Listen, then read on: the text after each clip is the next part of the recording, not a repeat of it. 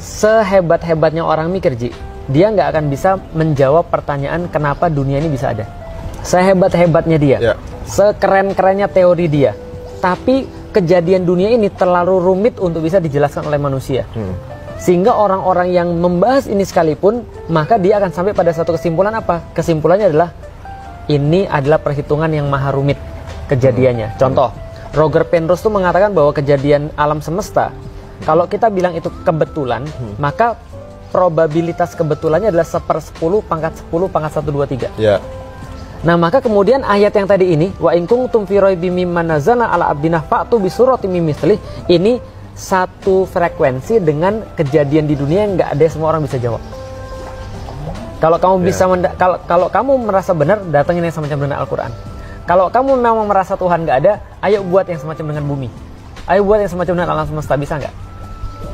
Itu kan sama tantangannya. Challenge ya. Challenge. Ada berapa hal? Contoh lagi, yang kita nggak bisa nafikan, mati itu kita nggak bisa nafikan, Ji. Orang sepintar apapun, Ji, mereka nggak akan bisa menjawab kenapa manusia bisa hidup dan kenapa manusia bisa mati. Benar. Tapi kenyataannya ada manusia hidup, ada manusia mati. Saya pernah ditanya sama teman saya. Itu fact yang nggak bisa berubah. Nggak bisa berubah. Tapi nggak bisa dijelaskan secara akal. Contoh, saya pernah ditanya sama teman saya, Lik, kenapa ada manusia hidup, kenapa ada manusia mati? Ahli biologi dong. Olimpiade biologi. Oh gitu? Iya, dulu. Tapi nggak lulus. Nggak menang level kecamatan. Tapi karena saya udah belajar biologi, saya bisa jawab. Jawaban saya adalah karena mereka punya jantung. Jantung itu berdetak untuk mengalirkan seluruh darah ke dalam tubuh manusia. Kenapa jantung bisa berdetak? Saya jelasin. Kenapa ini bisa berjalan? Saya jelasin. Sistem organ saya jelasin, jaringan saya jelasin, sel saya jelasin. Kenapa manusia bisa bergerak seperti sekarang? Tapi kemudian dia bilang, Lik, itu mayat juga punya jantung, mayat juga punya organ semuanya, tapi dia nggak hidup. Ada nggak bisa buat mayat hidup? Saya bilang, iya juga ya, berarti ada sesuatu yang berbeda nih. Nah, kita nggak bisa jawab. Ada orang yang nanya lagi, kalau gitu kita punya teori bahwa manusia punya soul, punya jiwa. Kalau gitu kita ukur, soul itu apa? Karena kalau soul itu ada, dia harus punya berat. Karena kata orang fisika, Ji, setiap yang punya volume itu punya massa. Setiap yang punya massa pasti punya volume. Kalau dia menempati ruang, pasti dia punya berat. Ada volumenya, ada beratnya.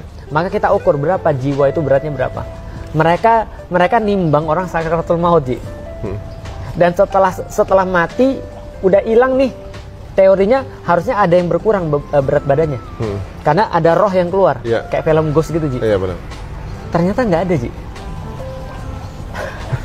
Jadi apa yang menghuni manusia sehingga manusia bisa hidup? Kita nggak tahu. Ini semua dijelaskan sama yang tadi.